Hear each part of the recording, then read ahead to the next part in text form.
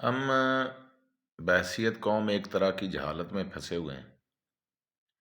ہم جب اپنے دین سے رجوع کرتے ہیں تو ہم میں سے ہر شخص کو یقین ہوتا ہے کہ جو کرتا ہے اللہ کرتا ہے، اللہ کے سوا کسی کو اختیار نہیں ہے۔ پھر جب عمل کرنے کا وقت آتا ہے تو پھر اپنے لالچ، اپنی غرضیں، اپنے مقاصد، اپنے گروہ، جب تک آپ اللہ کے گروہ میں شامل نہیں ہوں گے، آپ اللہ سے رجوع نہیں کریں گے، صراط مستقیم کی طرف نہیں چلیں گے۔ نماز میں ہم دعا مانگتے ہیں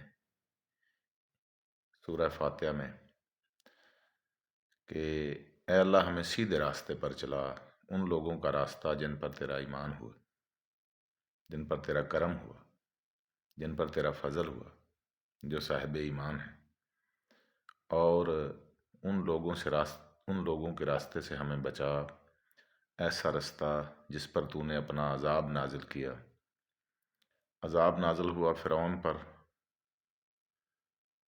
اس نے خدائی کا دعویٰ کیا تھا زمین پر۔ عذاب نازل ہوا لوط علیہ السلام کی قوم پر، ہم جنس پرستی کو انہوں نے اختیار کیا تھا۔ قرآن پاک میں جا بجا ایسی قوموں اور قبائل کے متعلق، اگر آپ حق کے راستے پر ہیں تو حق کے راستے سے آپ دیکھیں کہ خانہ کعبہ پر حملہ ہوا تھا، اور کعبہ کے متولی نے کہا تھا کہ اونٹ میرے ہیں اور گھر خدا کا ہے، میرے اونٹ میرے حوالے کر دیں، اور خدا کا گھر جانے، خدا جانے اور تمہارا معاملہ جانے۔ ابرہا نے جب خانہ کعبہ پر ہاتھیوں کی فوج لے کر حملہ کیا تھا تو چھوٹے چھوٹے پرندے، ابابیل، انہوں نے کنکریں پھینکیں اور سب کچھ آگ کی لپیٹ میں آ کے نیست و نابود ہو گیا۔ اللہ نے اپنے گھر کی حفاظت کی۔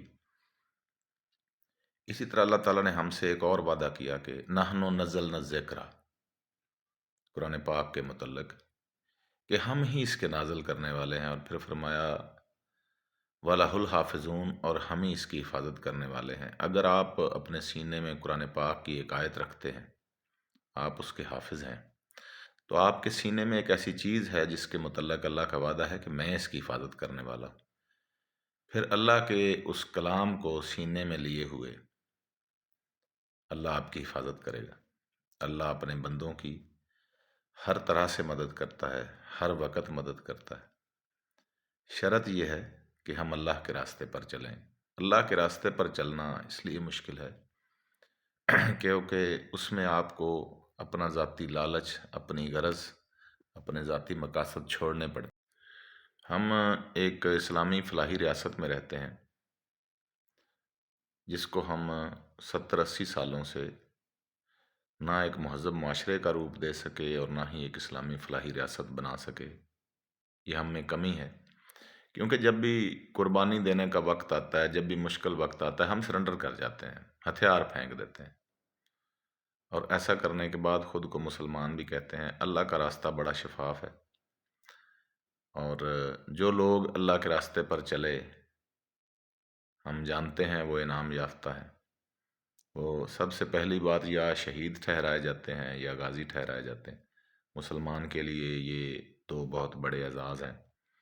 اگر ہم کسی سے اسلام کی بات کریں تو ہمیں پرانا کہا جاتا ہے، یا بھی اس کے خیالات جو ہیں وہ جدت کے مطابق نہیں ہیں۔ اسلام سے جدید دنیا میں کوئی چیز نہیں ہے، یہ آخری مکمل مذہب ہے جس کو اختیار کرنے کا حکم دیا گیا، اور اللہ کے نبی نے فتح مکہ پر فرمایا کہ یوم اکملت دینا، آج تمہارے لیے اللہ نے دین کو مکمل کر دیا۔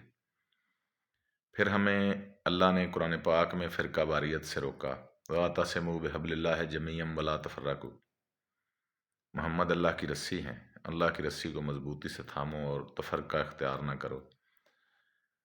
ہماری بدقسمتی یہ ہے کہ جو ہمارے باپ دادا کا دین ہوتا ہے، اگر باپ سنی ہے تو بیٹا سنی ہے، اگر باپ شیعہ ہے تو بیٹا شیعہ ہے، وہابی ہے تو وہابی ہے، دیوبندی ہے تو دیوبندی ہے۔ ہم تحقیق نہیں کرتے، ہم اصلیت کی طرف لوٹتے نہیں ہیں۔ آپ دیکھ لیں جتنے بزرگان دین صاحب شان اور منزلت ہوئے ہیں، انہوں نے وہ دین اختیار کیا جس کا محمد مصطفیٰ نے حکم دیا تھا۔ اور ہم بجائے محمد مصطفیٰ کے دین پر چلنے کے ہم اپنے آباء و اجداد کے دین پر چلتے ہیں۔ باپ کا جو فرقہ ہے، بیٹا وہ فرقہ اختیار کر لیتا ہے، اسی میں مگن ہو جاتا ہے، سچائی تلاش نہیں کرتا۔ اگر آپ سچائی تلاش نہیں کرتے، اللہ اپنی کتاب میں بارہا جگہ پر کہتا ہے اس میں علم والوں کے لیے نشانیاں ہیں، اس میں عقل والوں کے لیے نشانیاں ہیں، اس میں ان لوگوں کے لیے نشانیاں جو غور کرتے ہیں۔ اگر آپ غور نہیں کریں گے، جستجو نہیں رکھیں گے، تو سیدھے راستے کو کیسے تلاش کریں گے؟ اگر آپ اس ظاہر کی زندگی میں سیدھے راستے کو تلاش نہیں کر پاتے، تو جو ابدی راستہ ہے جہاں ہم نے ہمیشہ رہنا ہے، وہاں کے لیے آپ یہاں ظاہر کی زندگی سے دھوکہ کھا جائیں گے۔ اللہ کے راستے کے لیے قربانی دینی، اللہ کے راستے پر چلنے کی کوشش کرنی۔ آپ چل سکیں گے یا نہیں یہ فیصلہ بعد کا ہے، آپ کامیاب ہوں گے یا نہیں یہ بعد کی بات ہے۔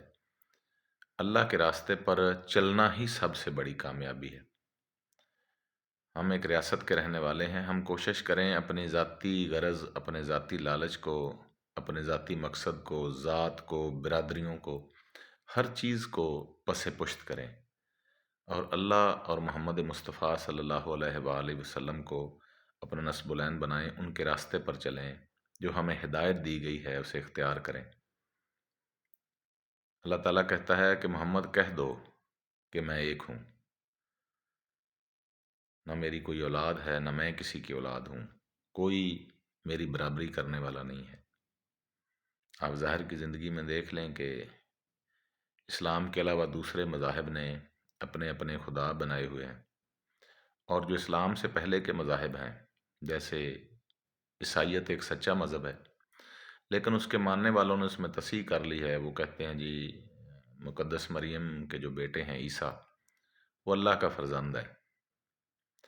ہمیں اللہ نے واضح طور پر قرآن پاک میں احکامات کے ذریعے اس بات سے آگاہ کیا ہے کہ اللہ پر ہم ایسا کوئی بہتان نہیں لگا سکتے کہ اللہ کا کوئی باپ ہے یا اللہ کا کوئی بیٹا ہے یا اس کی کوئی برابری کرنے والا ہے۔